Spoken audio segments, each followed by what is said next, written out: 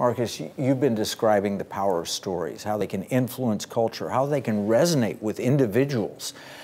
Tell us, we know what Hollywood is doing, and we know that the threat that that's brought to our culture. What are you doing that's going to change things? Yeah, so I made two documentaries on abortion. The second one I put up on Amazon Prime, and it was deleted from Amazon Prime. Excuse me.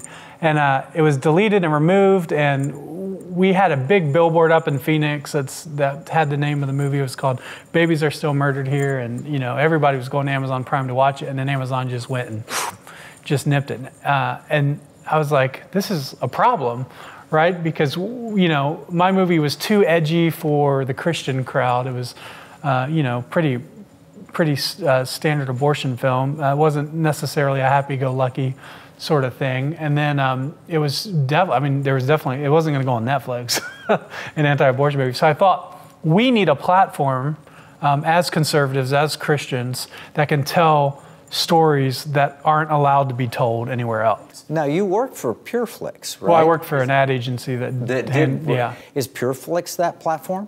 Well, PureFlix is owned by Sony now, right? Okay. So PureFlix is now owned by a liberal Marxist organization. So that creates a lot of problems now in terms of what sort of content will they allow. Will Sony allow you to make a movie under the PureFlix banner about a homosexual repenting of homosexuality and turning to Christ? Oh no, that's conversion therapy. Yeah, that's conversion therapy, right? Yeah. So you can't have that, but Sony's the same company that's making This Is Us, and they're pushing the LGBT narratives and that sort of show too as well. So all of the profits from these Christian movies, even if they were really good movies, they're still going to fuel the projects that Sony wants to do, right? So basically, potential constraints on the programming from Sony, either if it's too edgy, it's not going to make them enough money from the Christian audience, perhaps, and if it's not edgy enough, that's a problem. And if so Sony's not the answer. Yeah, you have an answer. Yeah. So the answer is to let the monthly subscribers be able to fund the movies and TV shows they want to see made with their subscription dollars.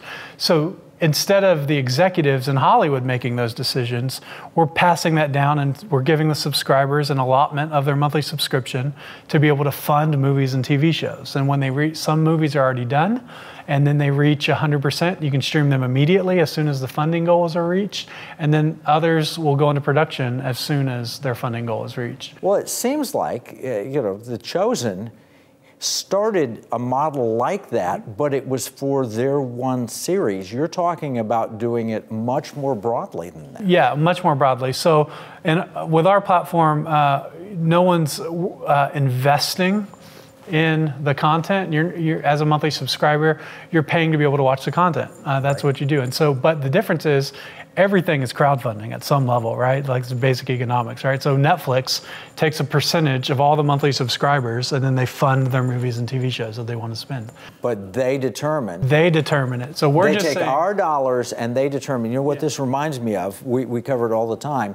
When you buy an index fund in the stock market, they buy the index of securities, and you think, well, I'm getting an index of securities, but then they take the dollars and the investments and they vote the shares for their agenda. Hollywood's been voting my Netflix dollars, my Amazon Prime dollars, my Paramount Plus dollars. They've been voting all of that for what they want to see to move the culture, and you're saying you want to give people what they want to see. Yeah, that's what it does, and we saw this happen with our beta project. People were very excited about certain projects, and there were some people who didn't want to fund one project, but then because other people funded it for them, it was on the platform. Once it's funded, whether you funded it or not, everybody gets to watch it.